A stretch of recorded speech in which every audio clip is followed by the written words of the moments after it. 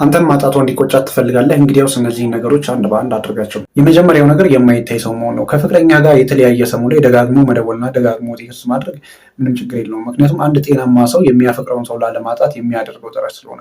ነገር ግን ይህ ቀጣይነት ባለው መልኩ ሲሆን ችግር መሆን ይጀምራል።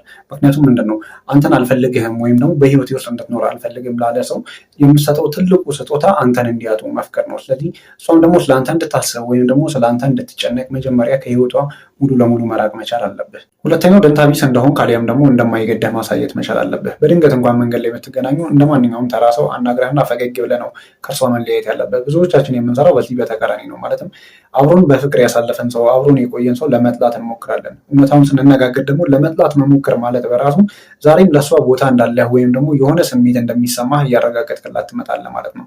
ትላንት ፍቅር የሰጣት ፍቅር ስለሚገባት ብቻ ነበር። ዛሬ ደግሞ በህይወት ምንም ስለሆነች ማንም እንደሆነች ልታሳያት ይገባል። ሶስተኛው ነገር ራስን እንደ አዲስ ቢውልድ ማድረግ አሊያም ደግሞ መገንባት ጀምር። ከእርሷ ጋር ያለ እርሷም የመጣላቸው መጥፎ ባህሪዎች፣ አንተም ስለራስ ብዙ የማትወዳቸው ባህሪዎች ሊኖሩ ይችላሉ።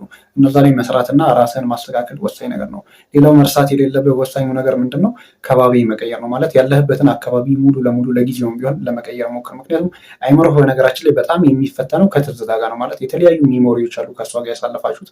እነዛ ላይ ዛሬም መስታክ አድርገህ የምትቆይ ከሆነ ወይም ዛሬም የምታስባቸው ከሆነ ጭንቅላት እረፍት አያገኝም። ጭንቅላትህ ከአዲስ ነገር ጋር ግን ለመላመድ በሚሞክርበት ታይም እርሷን ሙሉ ለሙሉ ዳምፕ ማድረግ አሊያም ደግሞ መተውን ይመርጣል። በመጨረሻ የምናየው ነገር ያለፉ ትዝታዎችህን በአጠቃላይ ሰርዝ። ከእርሷ ጋር የተጻጻፍካቸውን ቴክስቶች አሊያም ደግሞ አብራችሁ የተነሳችሁትን ፎቶ ብቻ በማየት እርሷን መርሳት አችልም። እውነታዊ ነው።